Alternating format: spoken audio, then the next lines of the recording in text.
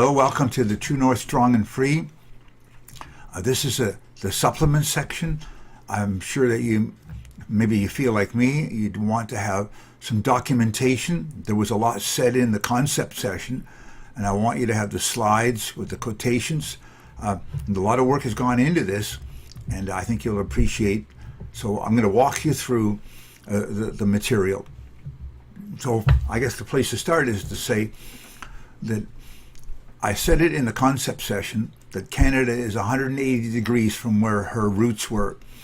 Something's happened to Canada, and actually even the media demonstrates it. And now what I want to do is I want to show you a couple of the actual media input that I got that started the project to begin with. A few years ago, I got a subscription to Maclean's magazine because they seem to be always dealing with issues in the media. And so what I did is I just took covers here, and let me share those with you. These slides are a bit out of date. I think this was a few years ago, but it helps to make my point. It's taken a few years to get this True North session together. I noticed that on the front pages of a popular magazine, we have a constant mention of crises. So look at this one here. Inside the dangerously empty lives of teenage girls. And it just seems that our young people are having a crisis of purpose. And we need to get to the bottom of this. Look at this one. The new underclass. Why so many smart, educated, ambitious young people have no future? What in the world is that what's that talking about? The crisis of uncertainty. Crisis on campus, the broken generation. A shocking number of Canadian students feel depressed, even suicidal, while our best and brightest are so troubled. There seems to be a crisis of hopelessness amongst our young people. A lot of the movies, and this is a documentary called Waiting for Superman, are talking about some of the cultural problems that we're facing. For instance, the dumbing down of education, the crisis in education. This is a must-see film if you're concerned about your child's future. So have a look at this film. Here's another film, a documentary, Inside Job, talking about the crash on Wall Street caused by manipulators in the stock market. And it's talking, of course, about the integrity crisis that we're suffering from in our culture. And then, of course, this is the crisis that's been going on since I was a boy, the nuclear holocaust threat, which is always there. The era of the nuke is not over. America keeps hundreds of nuclear-tipped missiles on constant alert, promising immediate retaliation if anyone uses them first. To get away from the news, we go to the movies. When we go to the movies, we're inundated with movies like, for instance, Armageddon, remember, with Bruce Willis. At the same time, another movie was done called Deep Impact, where the Earth is hit by an asteroid. And the funny thing about the Armageddon movie is it actually begins with an incredible scene from space where the narrator says this was the Earth at the time when the dinosaurs roamed a lush and fertile planet. And that all ended with an asteroid, 6 miles long?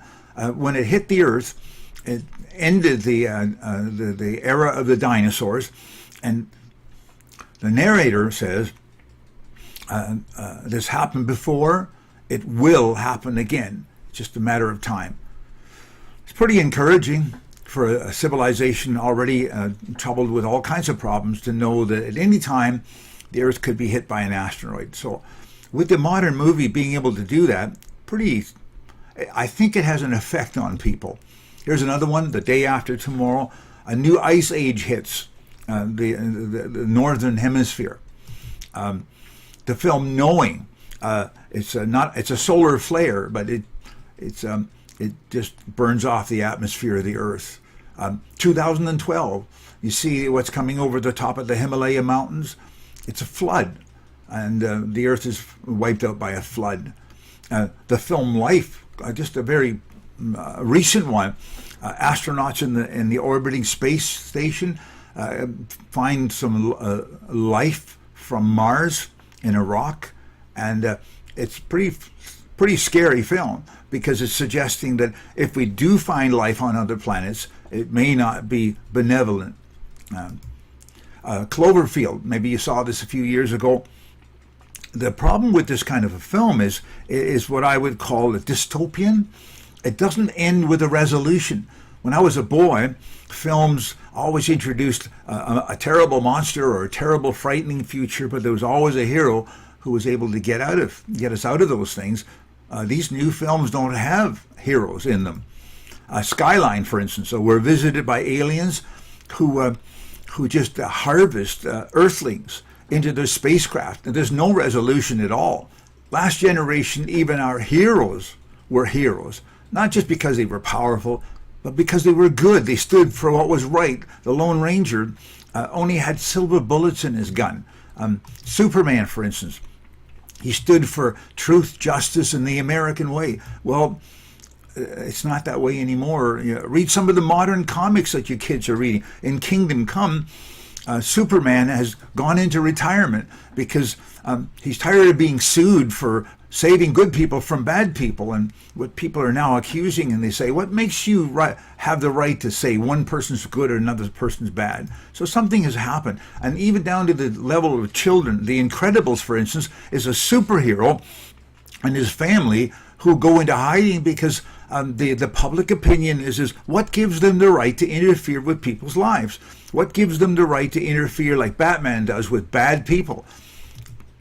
We got a problem. Our culture exudes an air of constant crisis, which is being picked up by the younger generation and has embedded itself deep in their hearts. There's endless conflicts and there's few resolutions. What we're missing is in this generation is the undergirding we had in past generations. When I was a boy, yes, there was also talk of nuclear war. There were always crises about to come. But in behind it all, there was always a belief system that we had that sort of got us out of the problem. So, in our day, there's lots of cause for doubt and fear, and there's little cause for hope and cheer. And one of the reasons is because we've lost the Christian roots that we had in the last generation. And we'll talk about that in the next section. So please, go ahead, stay with us. Thank you very much.